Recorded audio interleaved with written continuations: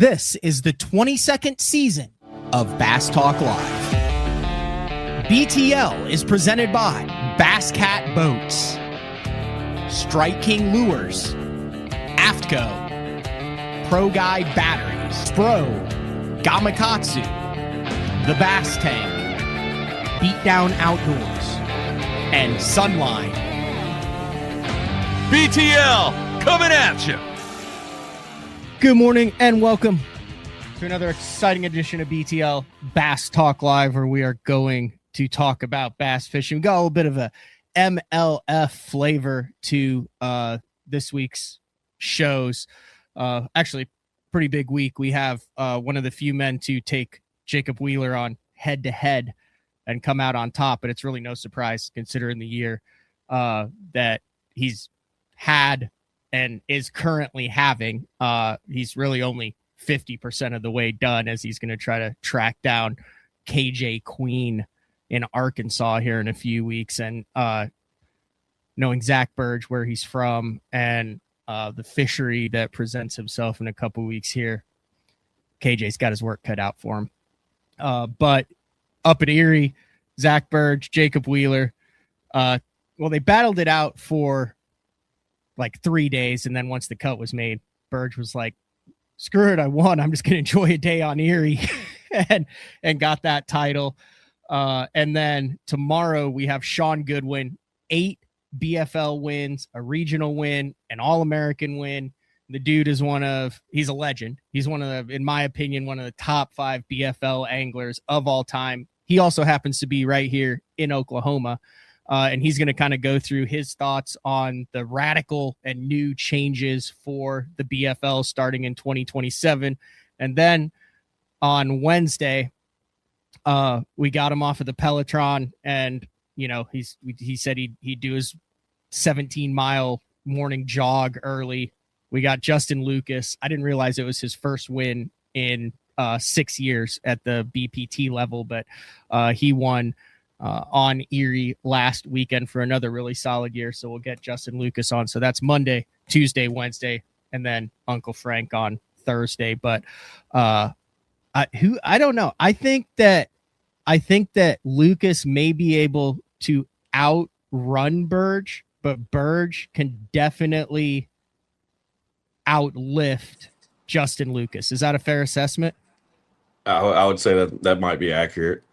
Yeah, like, I mean, if it was like a marathon style, Lucas, I think, can go longer at a consistent pace. But if it was like quick bursts, like, I think you could bench press Lucas, like literally, like just pick him up and just rep him. Yeah. I used to be all about the cardio stuff, but the older I get, the least I like doing cardio. Congratulations, dude. If you look back at Oklahoma, there's a rich history of anglers. I'm going to leave them out when I name them, but you're talking Jimmy Houston, Tommy Biffle, Edwin Evers. I mean, Oklahoma has always been well represented at the professional level with legends of the sport. And I mean, dude, after your last couple years and what you've done, I'll say it, like, your name's going to is right up in there, has to be right up in there. I know that you grew up in Oklahoma from a young age, from the BFLs, from the local. You went to college in Oklahoma. That has to be pretty special to know that regardless of if you never catch a bass or not, Zach, you're one of the guys in Oklahoma bass fishing history now. Yeah, it's pretty cool. You know, I was very fortunate to grow up here. I think there's so many guys that are so good that come out of Oklahoma, and I think it's got a lot to do with the diversity of fisheries that we have, and being able to see all of those and grow up around them and learn them and take that to different places throughout the country. I think it helps us out tremendously. In addition to growing up in Arkansas, where I spent most of the time on the river, once we moved here, I've been here for over 20 years now, and I've got to see all that Oklahoma has to offer, and really learned a lot being here.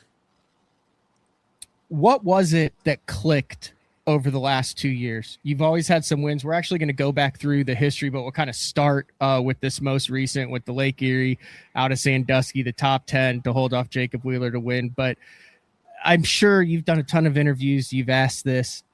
Was there something in your head that clicked? What was it that came together? Are you just on a hot streak? Did you figure out some magical formula to have an absolute banger of the last like 12 to 18 months? No, I think it's kind of more like a combination of things. Like I'm very confident in throwing bladed jig. Um, Very open to making minor changes throughout the day, the event, from any situation that presents itself. I feel like I can catch a bass on a bladed jig about anywhere we go, as long as I can dial in, exactly what they want, which one they'll bite more, and produce more bites for me. In addition to that, the schedule has been very good for that scenario the past 2 years. So you add those two together, it lines up right, and then all I've got to do is put it in front of one and get him in the boat and get him scored and try to look for the next bite. What did I hear? You did an interview. You said like 80% you believe of this year of your bass came on a bladed jig. Yeah, I would say at least that. Probably closer to like 90%. I did catch some on a swim jig throughout the season in places, and I caught some on a little crankbait in a trap back at Gunnersville. But since then, a lot of like pretty much all of my fish, minus a few little periods where I use forward facing sonar. I got to throw a minnow around or something, or little urchin baits, and I caught some doing that when it set up right and I could catch enough weight and have enough confidence to do it for a period and actually put the bladed jig down. But most I'd say 90% of them came on it. All right. I don't know if you've gone into this, but hit me with your top 3 bladed jig setups, bait wise. Is it just one? Is it like one that you use? I remember like Rojas back in the day. He went on like a 2-year bender where he threw like a 1/2 ounce chatterbait regardless of where they went, and it was always a 1/2 ounce green pumpkin chatterbait with the same trailer on it, and he like never changed it. Did you switch up the bait, or was it like, hey, this is what I'm rolling with? Yeah, the only thing that I would say is like the same across the board is the weight. I throw a 3/8 ounce light exclusively. I don't ever throw a 1/2 ounce.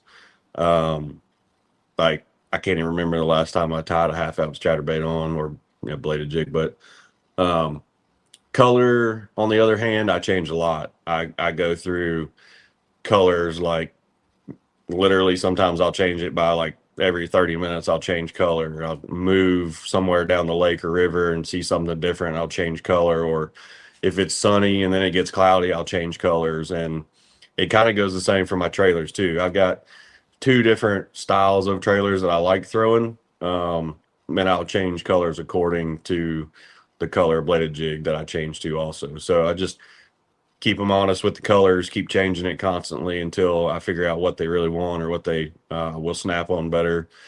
And a lot of that's based on, the conditions that I'm seeing at that moment. Like I may change it, like I said, every 15 or 30 minutes, just based on what I'm seeing. I just had a big conversation with this. So it seems to me like there's a handful, like the East Texas guys love a 3/8 ounce chatterbait. And then it seems like more of the TVA guys like the 1/2 ounce and the 3/4 ounce chatterbaits. But I definitely have noticed, because I'm not a bladed jig expert, but like 1/2 ounce is so much easier, it blows out less, you can get it down, you can fish it up. But like some really good chatterbait fishermen are like, dude, you gotta be throwing the 3/8. That's interesting.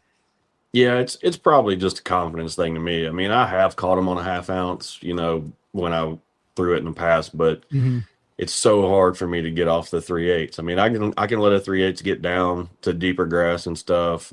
But most of the stuff I'm throwing at, most of the time is target related of some sort. So, and it's very seldom deeper than 6, 8, 9, 10 foot. So I don't really see a need in throwing a 1/2 ounce. Are we gonna see like some ZACK BIRGE signature series bladed jig things potentially in the near future? Yeah, we're actually working on it right now.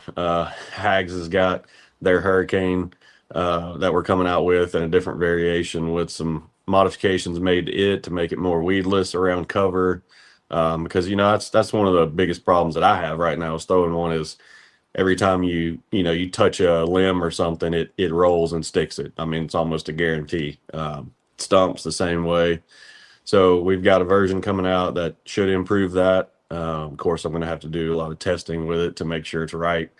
And then we were joking about it before the St. Lawrence River, whether or not we wanted to do it, and that was coming out with a smaller version. And just so happens that we played around with some, and I ended up winning that tournament up there with it. So we are going to come out with that one as well. So pretty excited to see what next year brings. All right, let's go to Erie. You go into Erie in essentially a 2-horse race, especially with a 50 angler field on the BPT. You're going up against Jacob Wheeler, who he's not going to suck there. Like, you have to finish in the top 10. And that's coming off of a year where you finished 4th, 15th, 1st, 8th, 4th, and 3rd, and you still had the top 10. Was there a part of you that was like, what do I have to do to like beat this guy? Like, how much better can I get to have a shot at an Angler of the Year title here? Yeah. I mean, I knew I had to make a top 10 for sure, to give me a shot, because he's very hard to beat at, any part of the season or any day, at that. But, looking at the results that I had, and I was still fighting for the AOI, just shows you how good of a season he had. I think statistically, it was the best year that Jacob's had since 2022 as far as finishes go. So that just means that much more to me, because I got to say I came out on top, of that scenario when he was, really had one of the best seasons he's had. But yeah, I knew, like, if I could just get to the top 10 somehow, I would have a shot at it, and I was fortunate enough to pull that off, and that was a major relief when I knew I made the top 10. Yeah, it seemed like you were kind of bobbing around there. I had a feeling that Wheeler was like just going to kind of cruise into it and was probably saving, because he knew he had to win the event to catch you, and was seeing that you were going to make it. Like, did you make a key adjustment? Because it seemed like, you kind of come up and then you'd go down a little. And I knew that you were probably trying to catch every damn fish that you could catch in that thing just to make each cut. Was there a key adjustment that you made in Erie that then really, because you were kind of hovering, you're in the danger zone for a couple hours there the first couple days. And then it seemed like it just automatic and it turned into what you've been doing the rest of the year. Yeah, I knew I had in my head, I thought I had a really solid game plan going into it. I was looking forward to it. The place is massive, so I went up for 4 days during pre-practice before it went off limits, and kind of explored around, found a pretty special place that I knew I could catch some smallmouth on, that I thought would be a huge player during the event. But I knew it would only be a player during my forward-facing period, because I really had to make specific casts to them, present the bait perfect for them to bite it. It was very hard to just throw around and get bites. So first day I went largemouth fishing for 2 periods basically, and caught 29 pounds, but I didn't know how many fish were there, how it was going to replenish. And obviously on day 2, that didn't go as well. So I made a call like midway through the second period to go ahead and run out and just start casting around on my smallmouth hole in hopes to generate a few bites before I could turn my active target 2 on and start, making those precise casts. And it worked out pretty good. I caught, 4 or 5, managed to stay up there where I needed to stay, but I fell a little bit. And then when the third period started, it was, much easier for me to make those casts, get my bait where it needs to be to generate those bites. And I was fortunate enough to get enough to hang inside the top 10. During the BPT this year, did you make any difficult decisions? Anything you were wrestling with in your head? I talked to a lot of guys who win a lot of stuff on here, and it's amazing. They talk about the flow state and how they never really struggle. Was that kind of how you talk about that decision? Like, when you're fishing like that, are you like, I need to go out and do this? It's an easy decision. You don't ever second guess yourself, and it just builds momentum, good decision after good decision after good decision? Or did you have any kind of mental wrestling going on? No, it was pretty smooth all year, honestly. Every decision I made seemed like the right one at the right time. And looking back on it, Hartwell was my worst finish all year, and it's the only tournament that I had a decision to make that was kind of a challenge for me. I knew Dave, I think it was knockout round, that conditions were going to be different. It was going to be bright, sunny, no wind, and I'd been catching on crankbait where it was windy.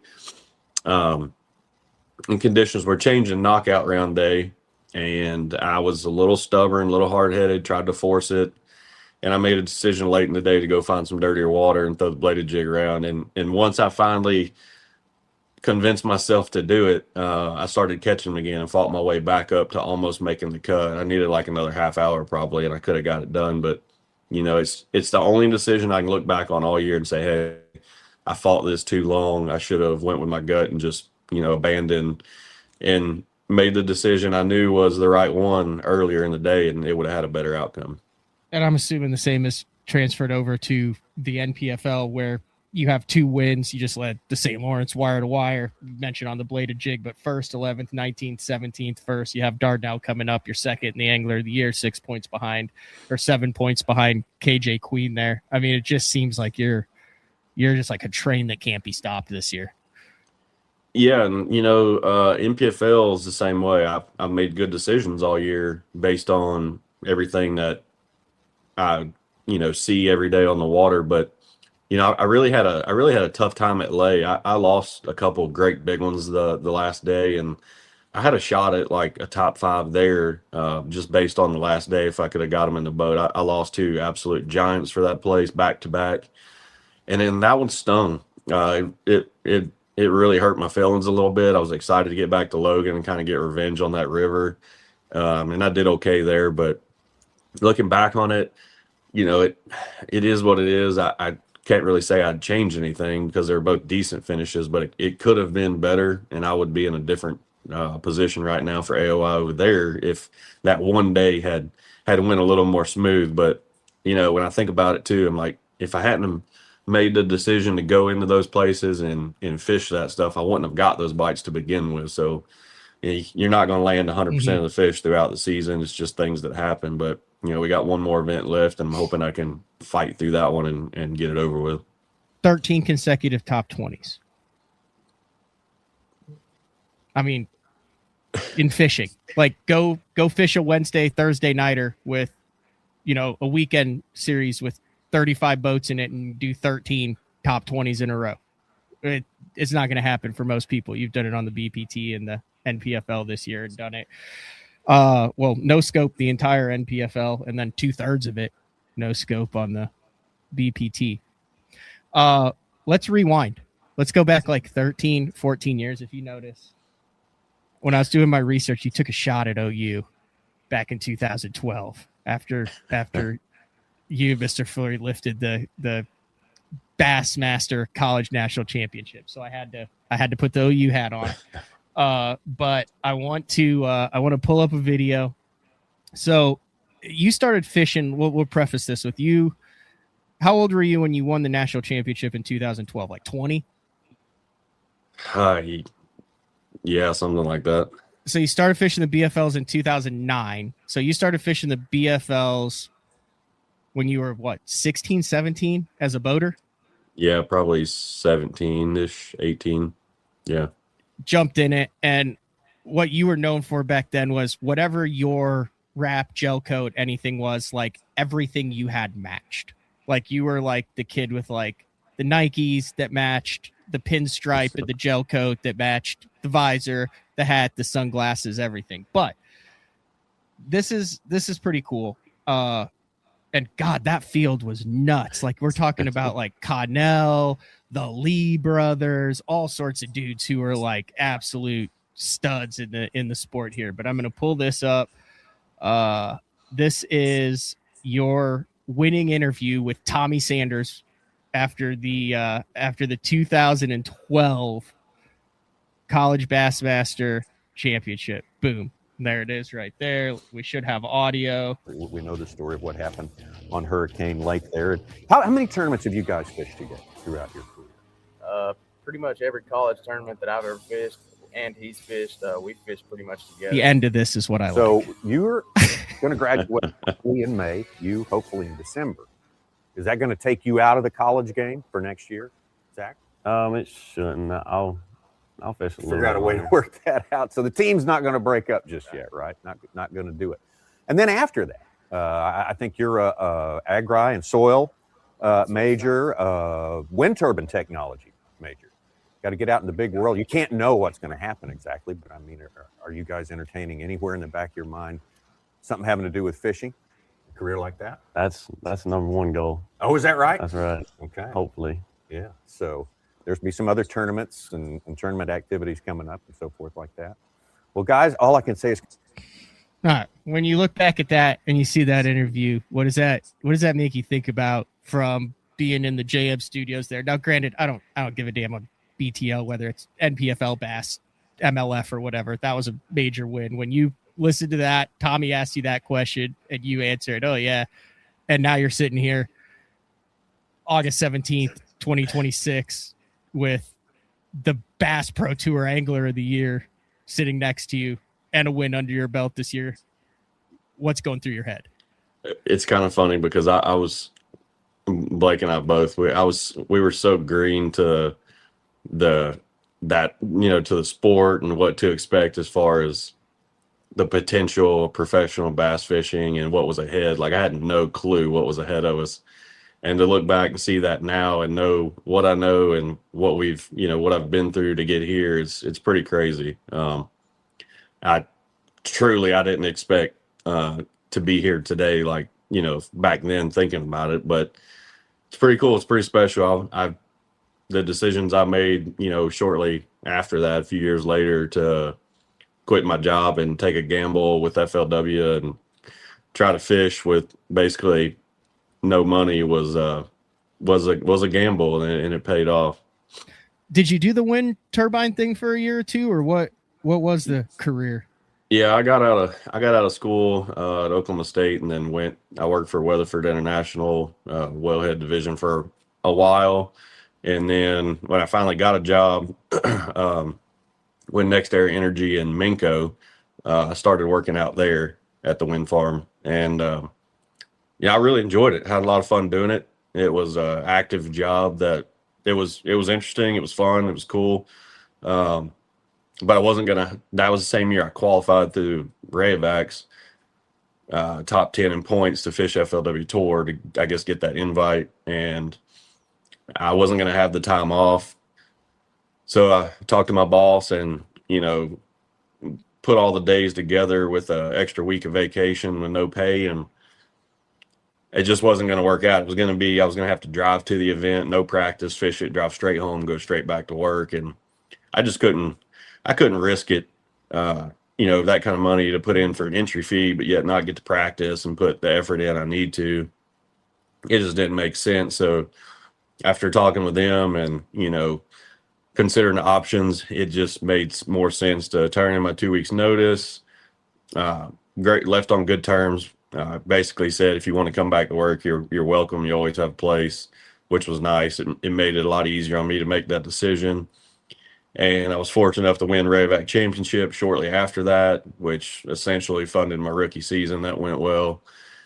And here we are, 11, 12 years later, still fishing. So it was a good decision to make then, although the outcome could have been very different. But, it's one I'm glad I made.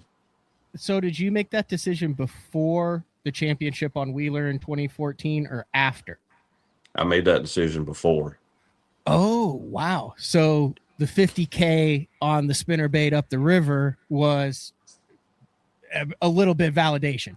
Yeah. That was shortly after quitting my job and, just taking a risk, a gamble. And when I won that tournament, I thought, all right, now I've got a legit shot. If I can just show up and do well, maybe I can keep moving forward with this thing.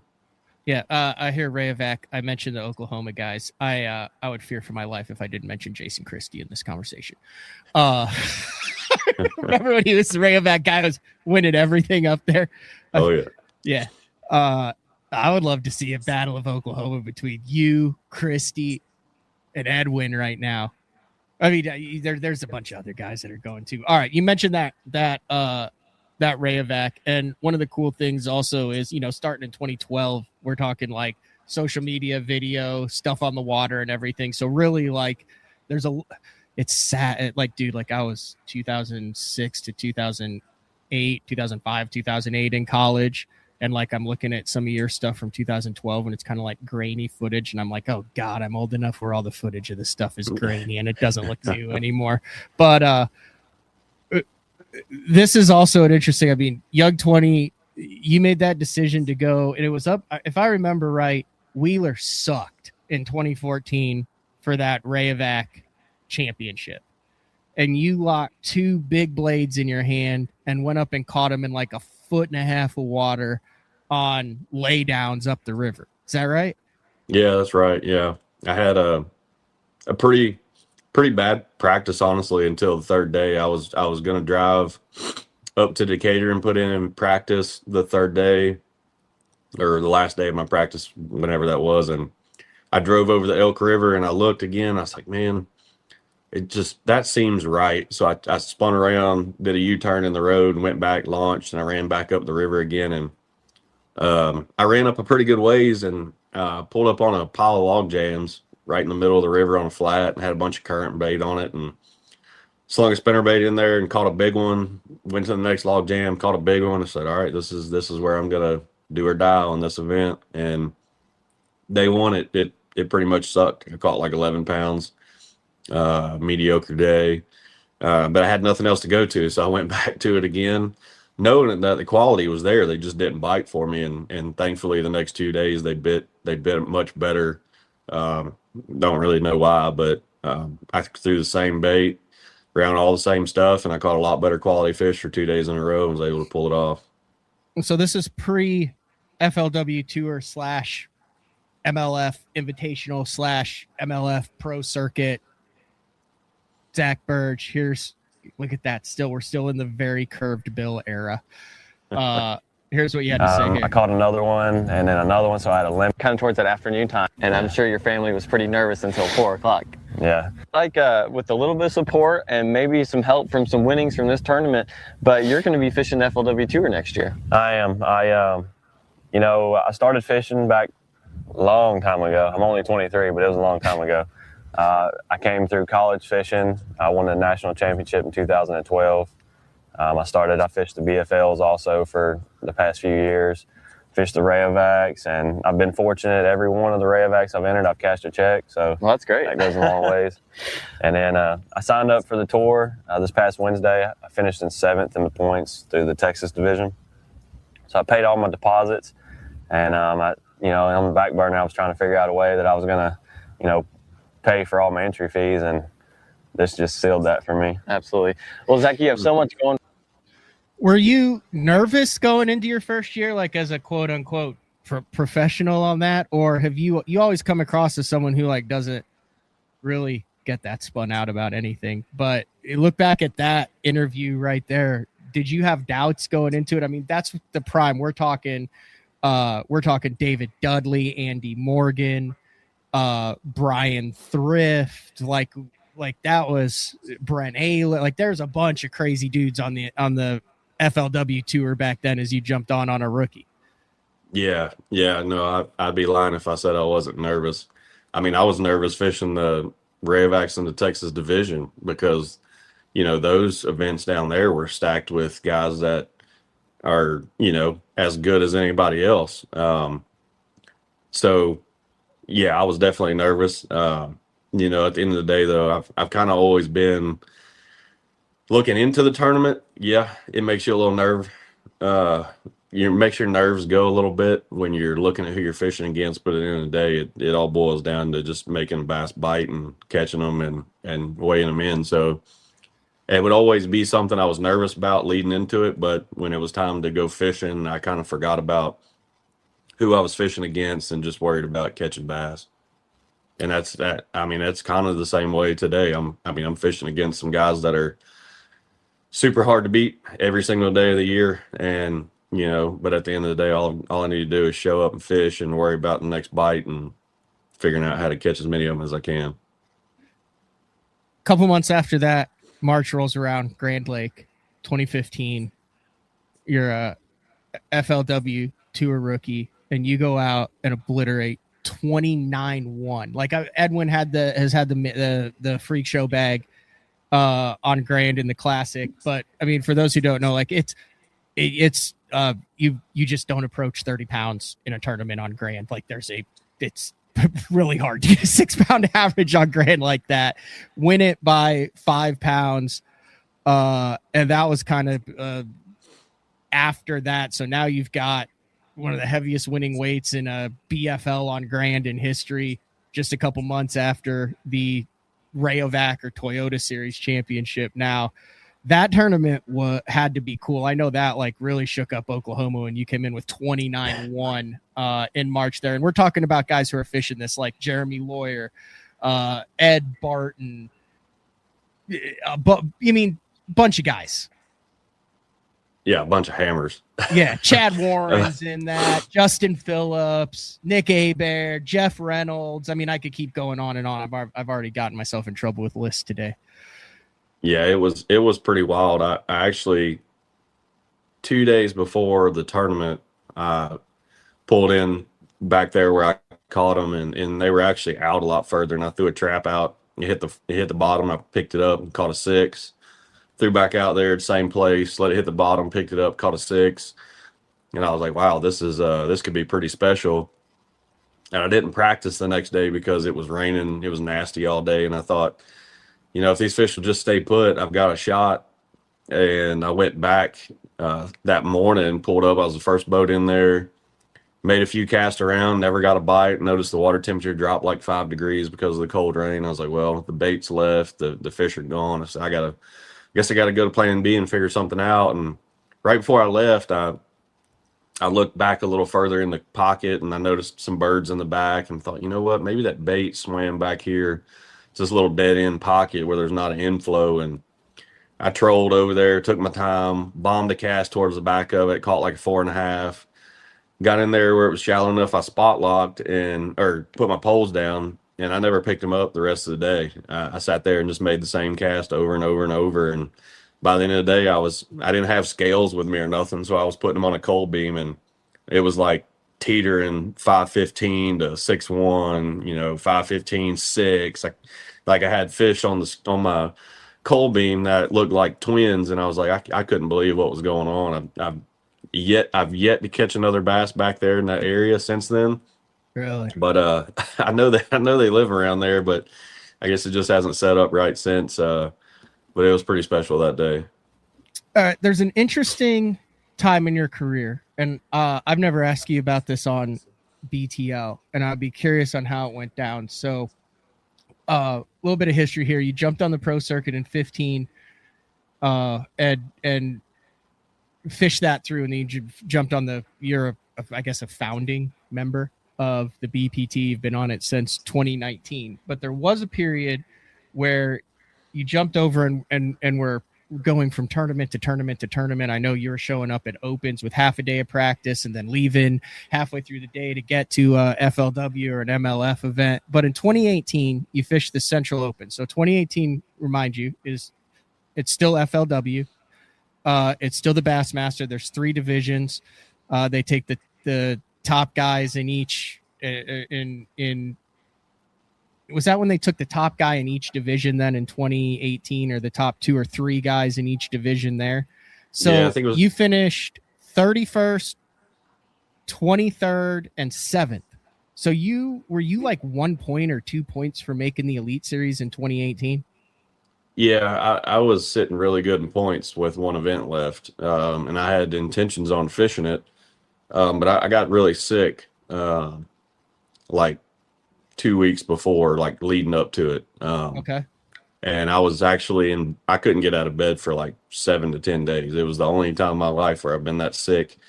And I literally couldn't fish the event. So I called him and told him I wasn't going to be there. And, there was a lot of stuff going on in the industry right then. And I don't know if you can say it worked out or it was meant to be or whatever, but literally after I got over being sick, I got a phone call with the invite to the Bass Pro Tour, invite to, sit in a meeting and see what it was about and make a decision whether I wanted to fish it or not. And I ultimately chose to go that route, which for me at the time, fishing FLW Tour, seeing this was happening with exposure and stuff that was promised with it, it was kind of a no-brainer at the time to do it. So I chose to go that route. Which, I mean, I'm not one to think, to believe like that kind of stuff happens for a reason, but man, I would never go back and want to go through this. Well, that's what I said. I was just wondering if it was something intentional, if it's just the way things worked out, because I remember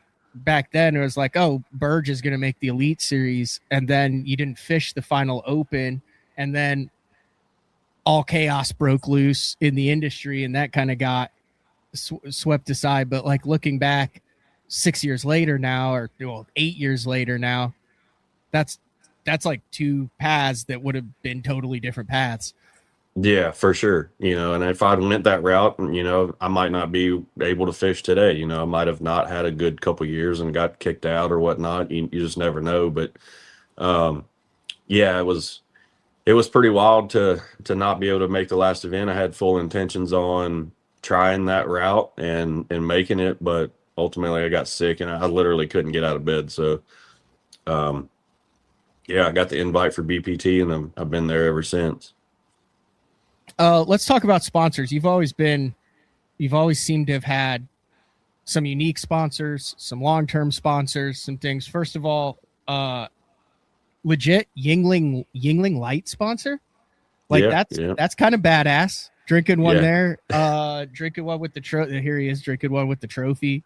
Like that. Talk a little bit about that one. I mean, everyone loves Lee Livesey for that. There's a number of different guys that are out there on that, but the Yingling, I mean, that's a OG brand right there, Zach. Yeah, it is. It's a pretty special beer brand with a wide variety of options. So they really have something for everybody. If you're a beer drinker, I wouldn't say like I drink beer every day, but it is nice to get off the water, get back to the house and have a couple in the evening. And what a better brand to do it with than Yingling. It's, it's kind of something that Major League Fishing kind of went into partnership with this past year. And they were looking for an angler, and also they were looking for somebody to kind of fulfill a outdoor hunting role as well. So after talking with them several times, it kind of fit for what they were looking for, and we've had a really good year. It's been a lot of fun working with them. Hopefully it continues. I always enjoy a good light lager at the end of the day. Or send like cases to the house. Is that how does that work? Like, do you have like limitless Yingling? I always wondered. I could probably go back when like Chad Grigsby and them did the like the FLW Angler on tour, and they were sponsored by like whatever beer company that was. It was like, I think they get a pallet every derby. JT Chad. I wish I got that much. My neighbors would probably love me if I did. They're always over here trying to bum some off of me, but no, when I need some, I can go down to distributor in Oklahoma City and pick up some, which is nice. But yeah, we haven't ran out yet. I'll say that. That's fair. How long have you been with Yo Zuri? I mean, you seem like one of the OG Yo Zuri fishing guys as they've come and gone. Yeah, just a couple years into BPT, I signed a deal with them, and it's renewed every year.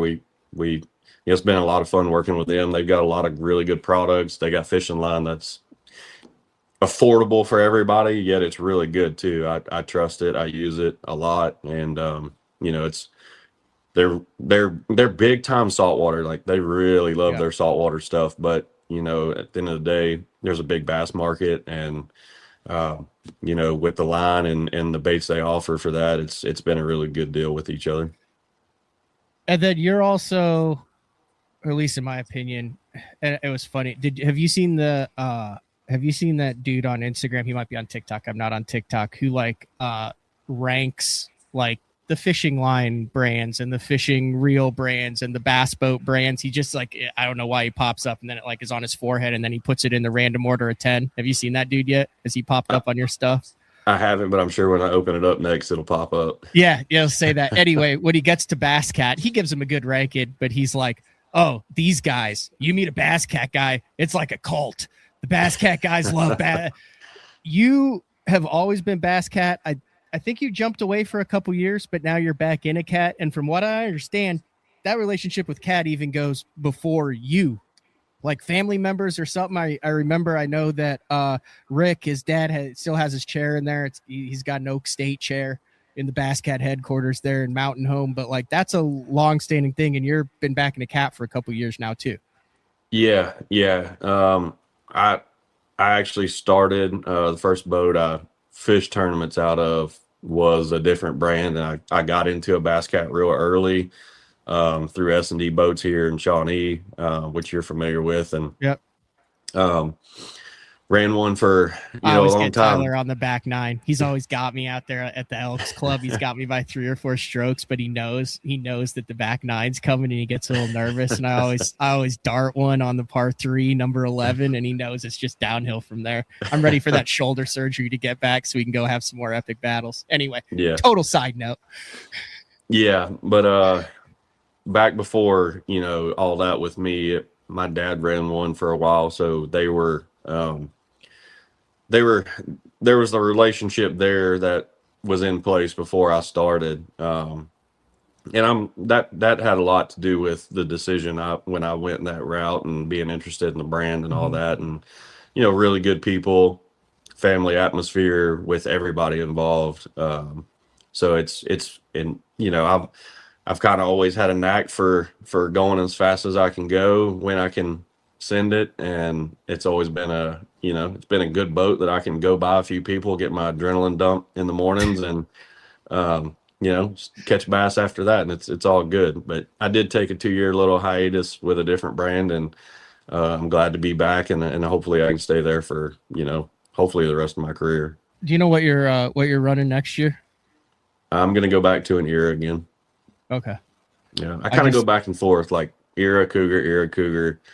One year I run an era, and I think, I kind of like this of the Cougar, so I'll go back, and then I'll run a Cougar for the year. I'm like, I kind of like that for the era, and I'll go back. It's just, I like a little different model each year. Is the era what Rick likes? He calls that like the sports car model of the Cats. Yeah, it's kind of it would be, your kind of your more sportier feel model compared to the rest. I got the links at the Bass Tank right now, getting rigged out. I put one with the Yamaha this year on the back of it though, but I've done links, the OG links, the big wide bodied links that they had for a couple years, Cougar, Puma, and now Cougar. I go switch between the Cougar and the Puma, and now back to the links. What's your top 3 tips for people, regardless of what brand they have, to get an extra 1.5 miles an hour out of their bass boat? All your heavy weight in the back. I swear my boat runs 1 mile an hour or 2 faster when it's completely full of fuel. I put spare prop, tools, all my heavy plastics, heavy boxes in the back. I keep the nose as light as I can possibly keep it. And I carry it and way too much junk in my boat most of the time, but when it's like when I show up for the tournament, that morning I usually shed a ton of weight out of it, throw it in the bed of my truck, and then we're at the house, I'll leave it and then put it back all in there to go to the next practice. But that and I generally will run like when they'll want to set up a boat most of the time. And I remember this as far back as like the 2-stroke Mercuries. They would they would always tell me you can't pull a 27 Fury on like an era 250 2-stroke. You wouldn't be able to pull it. It's not going to turn it. But back then I was like 170 180 pound guy most of the time by myself, didn't have much weight in the boat, and I would sacrifice my whole shot for top end. So I would always be like, it always seemed like I was 2 or 3 miles an hour faster on top, but I would be 200 less RPMs, so and I'd be trying to get it out, and then once you hooked it up, once it got over and I could trim it up some, it would turn into a rocket. And I still do the same thing today. Like most guys will have like a 23 or 24 Fury on there, and I run a 25 most of the time. And it's a little bit of a dog out of the hole, but when I shed the weight off of it for the tournament day, I'm usually 2 miles an hour or so faster than the same boat running right next to me. For those at the golf reference, so there's the BFL win. If you see this little logo that I'm circling down here, that stands for S&D Boats. That was owned and ran by Scott Dennis and then his son Tyler. It's now just like Boats Plus. I'm going to take the boat there and get it's the same mechanic there in Shawnee who like runs it now, does a heck of a job. But Scott like golfs every day and fishes jackpots, and Tyler's a firefighter, and he just had shoulder surgery. He's got a little boy too there, but good folks. That's what I was talking about when I was talking crap. Have you ever golfed with him? He's got a pretty smooth swing. No, I never have. Tyler and I have been really good buddies for a long time, and I've never golfed with him. I'm terrible at golfing. The only golfing I do is somewhere that I can have some beers in my hand and swing without having to go chase balls. So that's a pretty good course for it. That's a pretty good course for it. There's like 3 water holes. But other than that, how focused are you on this last NPFL? How bad do you want the dual Angler of the Year? Is it Angler of the Year or bust there? You've done over $250,000 on the NPFL this year with the 2 wins, the 5 consecutive top 20s, but to have the dual Angler of the Year titles, is that something that if it happens, it happens and you've had a great year regardless? Or are you going into that final event on Dardanelle with one goal in mind? Yeah, I'd be lying if I told you I wasn't going to, fish my ass off and try to win it.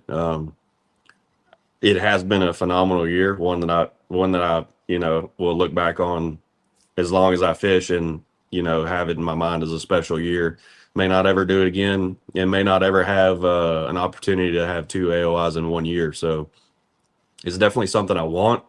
I want to be able to say that, hey, I, pulled it off for the NPFL side as well.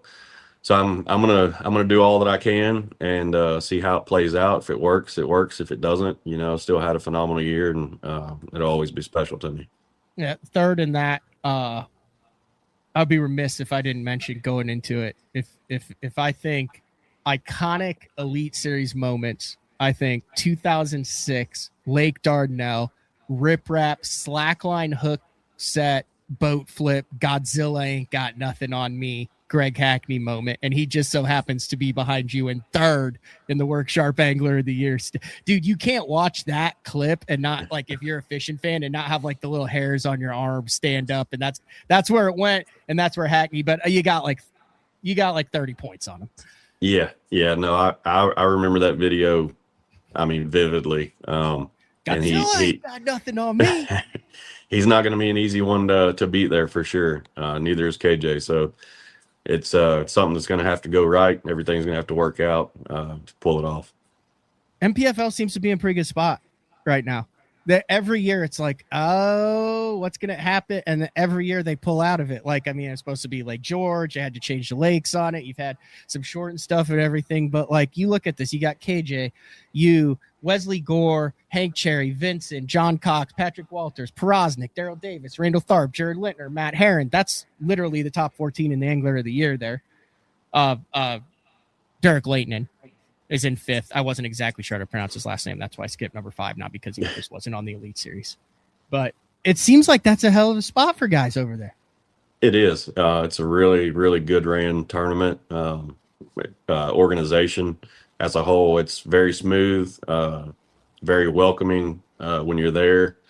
I love every aspect of it. Always have a good time fishing them. It's exciting to show up and fish them, which is always good. You want to have that mindset when you show up to an event to fish. You don't want to have the mindset of, oh gosh, here we go again. Mm-hmm. And it's a lot of fun. I'd say it's more relaxed than normal. The formats make it more relaxing, but at the end of the day, it's still a competition. You still fish your ass off and try to win. I see them lasting a long time, and I'm going to try to be there as long as schedules will allow. Bladed jig over there too, just like the BPT. Pretty much, yep. What do you think the resurgence in the bladed jig is? I mean, you go back. I mean, you can do. Z-Man just dropped their a video about it. You know, we did one 8-10 years ago that goes into Ronald A. Davis in the beginning of it. You look at the careers of Brett Hite and Thrift and all that back in 03, 04, 05. I got an original chatterbait sitting up here. You know, it says like Brian Thrift Strand Series co-angler champion and stuff on it for that. But it seems like that's one of the baits that it just cannot and will not ever go away.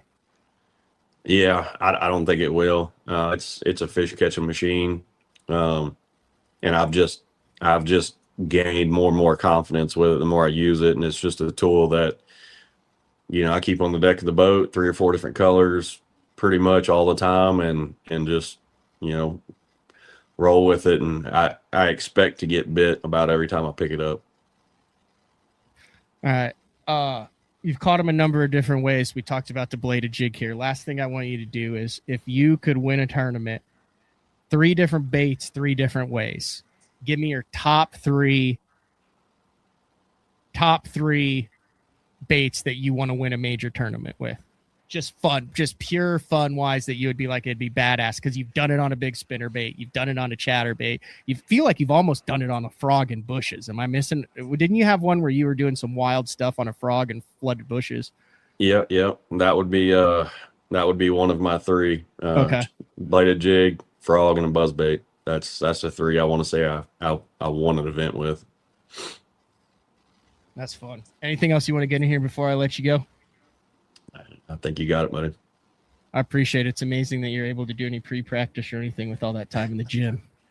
Yeah, it's actually where I'm going now. I'm going to go get my hour in and try not to kill myself or hurt myself. All right. I greatly appreciate the time. I know it's busy. You had a bunch of people, it looked like, on your social media over to celebrate last night with the Yingling sponsorship. 8:30 a.m. comes super quick. Going to work out. I can't appreciate it enough. Congratulations, Zach, on a hell of a year with still some meat on the bone. Thanks, Matt. I appreciate it. All right. See you. There you go. ZACK BIRGE from Oklahoma. We're going to take a break. And when we come back, we've got some live fishing that's going on now. We got a team series event going on, and old school Mark Davis doing some damage yesterday. So it's BTL on a Monday. We'll be back right after this. The new Puma STS has been redesigned from the ground up. With the angler design, function, and performance in mind, nothing on this new offering was compromised, and the only thing carried over from the previous version is the name. Based on the Soft Touch series hull that started with the flagship Jaguar, this new model is nimble and performs incredibly well at all speeds with either a 250 or 300 horsepower engine. Featuring a new 96-inch wide-body footprint, this hull measures out at 20 foot 7 inches in length. Industry-leading design coupled with tournament-winning performance. The Puma STS from Basscat. Feel the rush.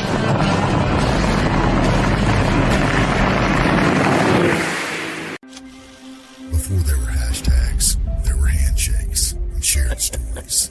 They gave us confidence to make our first cast and chase our dreams. They taught us to fish, and in the process, taught us about life. They taught us that success isn't just about reaching the top.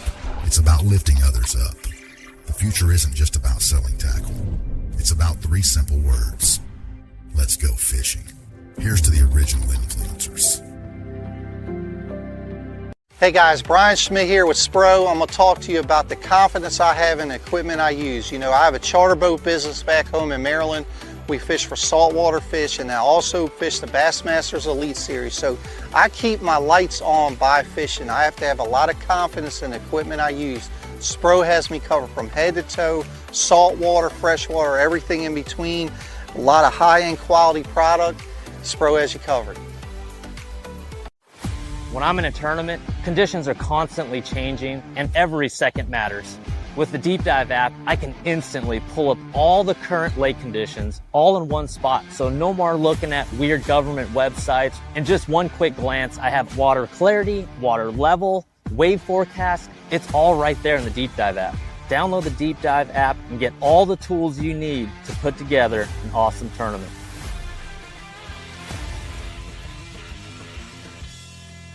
All right, welcome back, BTL, on a Monday.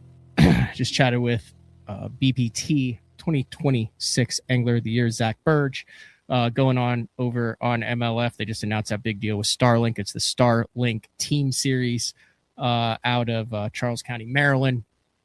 Mark Davis, Marshall Hughes leading day one of that if you want to watch it live. I will say I probably watched more live coverage this past week, Thursday, Friday, Saturday, Sunday, of the Bassmaster Elite Series on Lake Champlain than any other Elite Series tournament. And we'll do whole shows that this is kind of an off. We may do a special show just because we're headed into the final stop on the St. Lawrence River here next week. But it was no scope on Lake Champlain.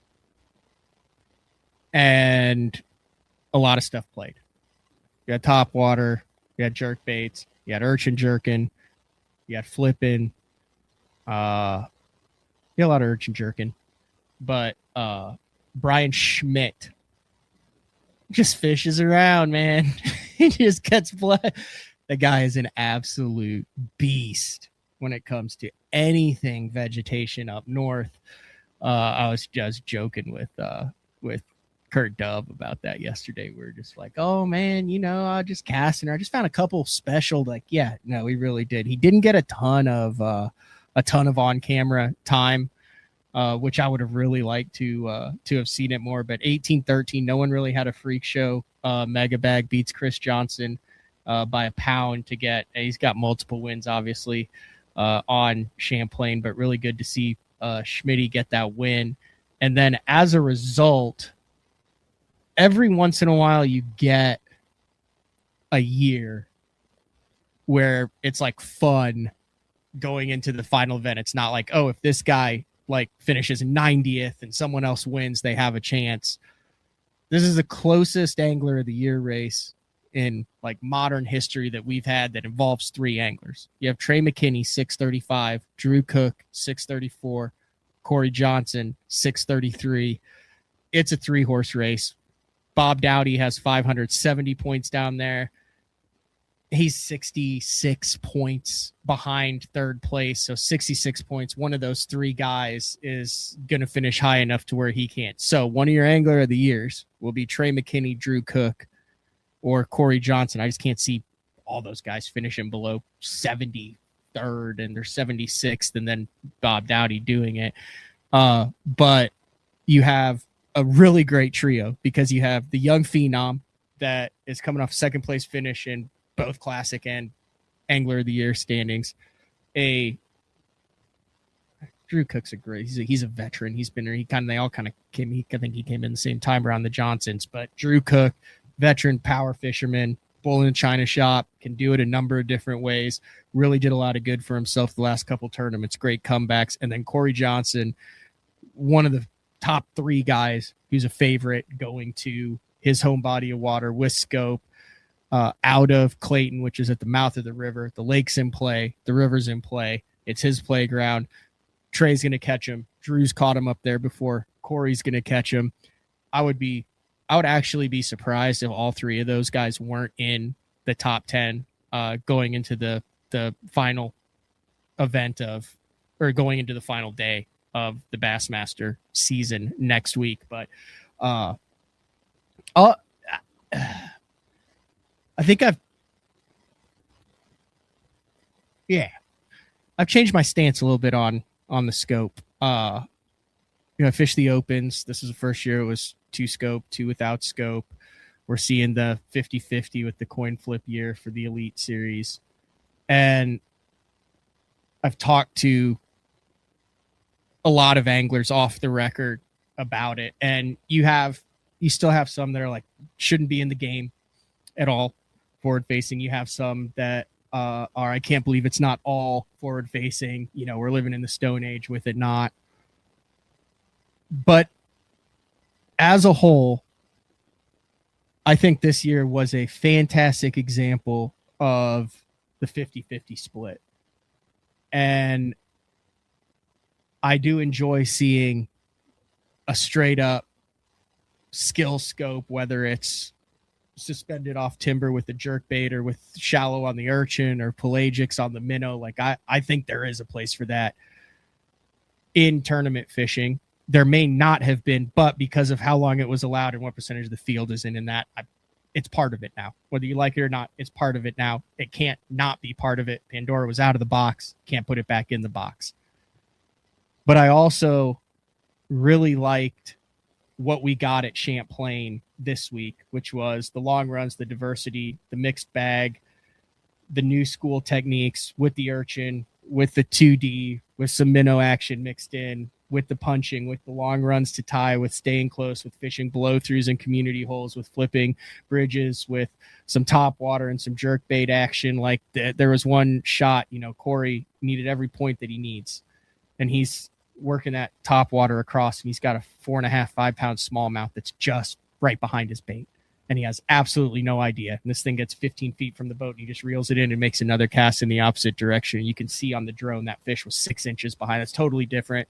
The whole tournaments are totally different. I want to see the specialists that have the opportunity to ping a minnow at 120, to pick a fish off of the core of a tree, to jerk a shallow urchin fish. I also want to see the Seth Fighters, who should finish in the top 10 at Lake Champlain, the Brian Schmitz, who should be contenders at Lake Champlain, the guys who are from up north. And it's not saying that everybody's there. Like Polinick had a bad tournament this week. I mean, which was actually shocking and a number. But if I try to be as neutral as possible on this while still being in it, because having to fish the no scope at the river, and we're about to flip at they're about to flip at Buffalo next week about to flip at the Elite Series at the St. Lawrence for the EQs to see which of the 3 EQs are scope and are not scope. Like you can I think there's a place for both. That's where I'm at right now. And out of all of them, I think bass has it the best because it's an entire event. You're seeing in MLF, and Drew Gill sat right across and said it. And the guys who are master, who are experts, master scopers at this have also said it. Like you take an elite scoper and a good scoper, give the elite scoper, the less time you give them both to scope, the further ahead the elite scoper is going to get than the good scoper. Time allows a good scoper to make up for the deficiencies that an elite scoper doesn't have. So in 3 hours, a good scoper is going to be less beneficial for the good scoper to only have it for 3 hours instead of have it the whole day. And you're seeing some guys which I'm not saying anything wrong. That's their format. It is what it is. But I like the fact that going with practice, it's the no scope or it's the total scope. And do I think that the old school guys should have to learn it and get good at it and be like, my God, okay, let's survive this scope heavy derby. We know what it's going to be. We know what it's going to go in. And I'm going to go to my local lake. I'm going to practice the minnow. I'm going to practice the urchin. I'm going to practice the bottom separation scope. And I'm going to practice the timber scope. And yeah, just like the 40% of the guys who have qualified primarily on live scope are like, all right, we're going to Lake Champlain and I can't scope. And I know that there's 21 pounds of smallmouth in the inland sea right there. Just look at the results from the Bass Nation. I know I can go out there and get them. Am I going to try to learn my 2D? Am I going to try to do that? Or am I going to spend a lot of time this year punching grass, skipping docks, figuring that stuff out? So just like you have a lot of the guys who it's not their strong suit out there uncomfortable trying to learn it and figure it out.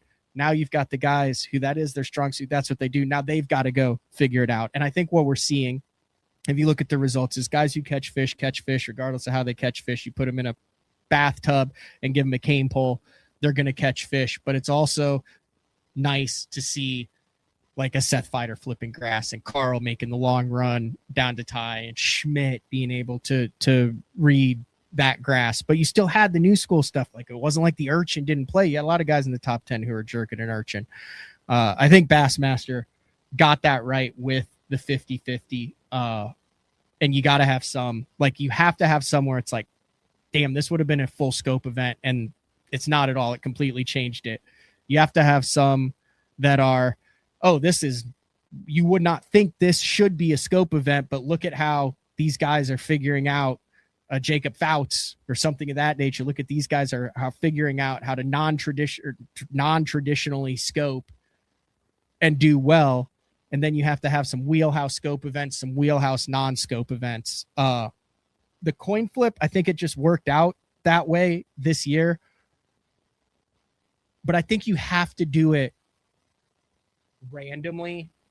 Otherwise, it gets a little funky.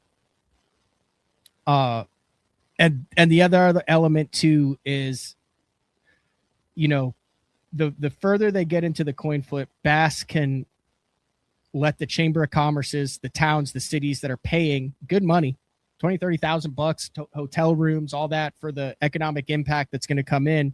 But like if I'm Jim and I'm the president of my Chamber of Commerce and I'm going to an organization and they're like, well, we could either have 7 century belts given out at your lake this week, or we might have one guy crack 90 pounds, but there's not going to be any forward facing sonar. Like that's also a fight that you see behind the state that you don't see behind the scenes, is they want to highlight what that lake has to offer. So a lot of these venues are set years, 2-3 years prior. They'll do a 2-year deal for 3 years or whatever. And then they have to go to them and say, hey, like it's not going to be as impressive as it would have been. Like the weights would have been absolutely donkey at